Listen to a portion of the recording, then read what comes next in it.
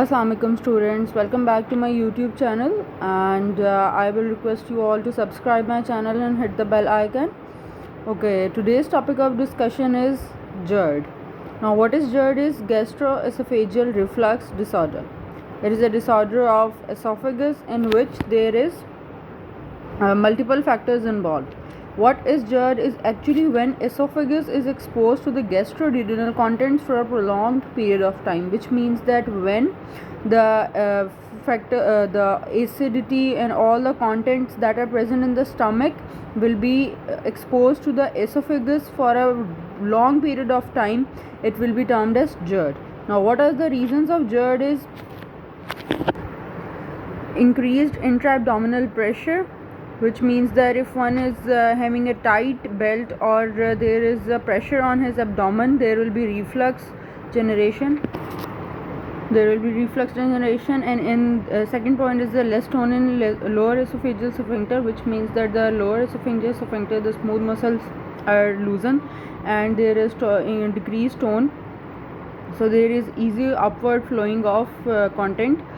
Similarly, delayed gastric emptying, that already the food is not emptied into the duodenum and if digested, still ongoing other food entry will cause the reflux. Hiatus hernia is a very important factor in the case of GERD, because in hiatus hernia there is bulging of stomach and other esophagus as well in the above the diaphragm, that will lead to the reflux. Similarly, delayed esophageal clearance, already fatty meal is present or other contents that are present in the esophagus, and further eating or entry of food will cause reflux. I will show you the diagram. See, these are the few factors: obesity, dietary factors, entering esophageal clearance is not happening. Similarly, there is, you can see hernia, hiatal hernia. We can see there is the tone is decreased, and there is other increased abdominal pressure on the stomach will cause the reflux. Similarly, delayed gastric emptying is not occurring, so it will cause the acid pepsin, bile, etc. Factors to enter into the esophagus or returning of the fluid. All right, now come to the clinical features of GERD. That is heartburn, like you will feel having burning sensations or you will not feel well. Regurgitation, the fluid, the bolus will enter into the esophagus and eventually into the oral cavity. Awakening at night, you can't sleep at night peacefully, so there will be burning sensation, there will be a marked choking as fluid will enter, or there may be dysphagia, difficulty in eating, or there may be the one of the most important association is that there may be hoarseness of voice because of the aspiration. With GERD, mostly patients present with the hoarseness of voice, chest infections, and usually doctors ask them to have their asthma test, IgE test, or vaccination. But what is the reason behind this? Their disease is that there is aspiration, which lead to aspiration pneumonia, or there is laryngitis or several chest infections. Similarly, water brush or acid brush is one of the important clinical features, which means that there is salivation as the refluxed fluids. Okay, now what is there is reflux of fluid, and as a result of which salivation, like secretion of saliva results. That is water brush or acid brush. Whenever in scenario you see this, the only confirmed diagnosis is GERD.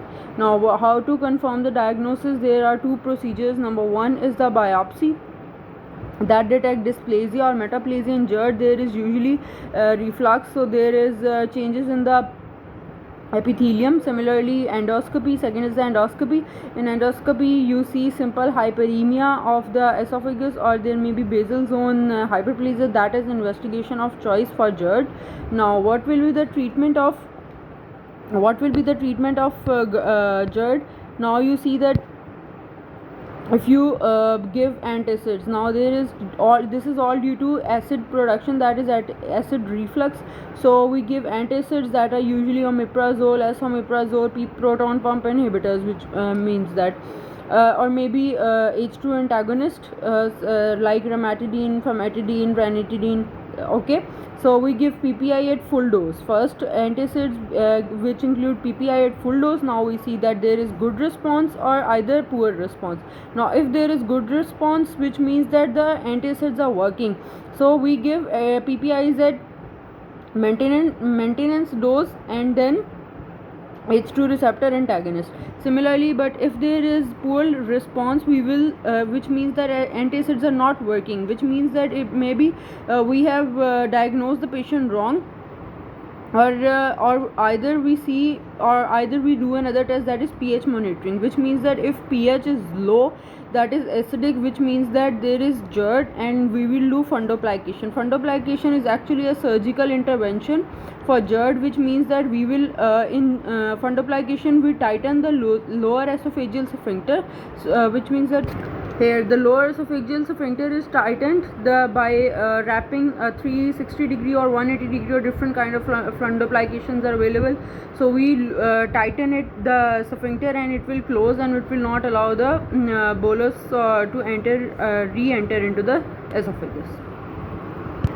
Now what are the complications of Gerd is, now the fluid is again and again entering into the stomach and causing dysplasia or metaplasia. So there will be change in the epithelium, and it will cause Barrett's esophagus, which means that the columnar epithelium is replaced by stratified stratified squamous is lined in the esophagus, and simple columnar is present in the stomach. So simple columnar will be replacing the stratified squamous epithelium, right? Simple columnar epithelium will replace the stratified squamous epithelium of the esophagus. This is Barrett's esophagus, which means that, which is an example of metaplasia. Similarly, stricture, they are increased again and again. Changes in the epithelium will cause inflammation, edema, and other inflammatory cytokines invasion.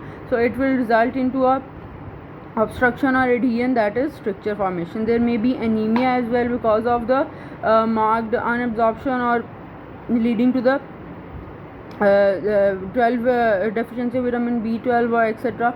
Similarly, again and again reflux will cause esophagitis, gastric volvulus. That is a very important complication, gastric volvulus. How it will be caused, that if there is hernia, hiatal hernia.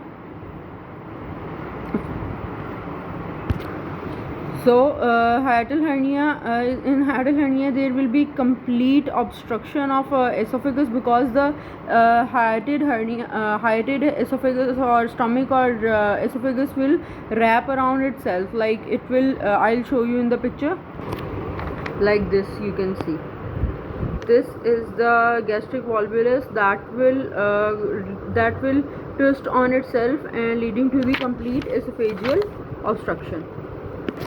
And on chest x-ray you will see an air bubble. Now this is all about the Gerd topic. I hope you liked my video. Please subscribe my channel. It will be so sweet of you. Thank you.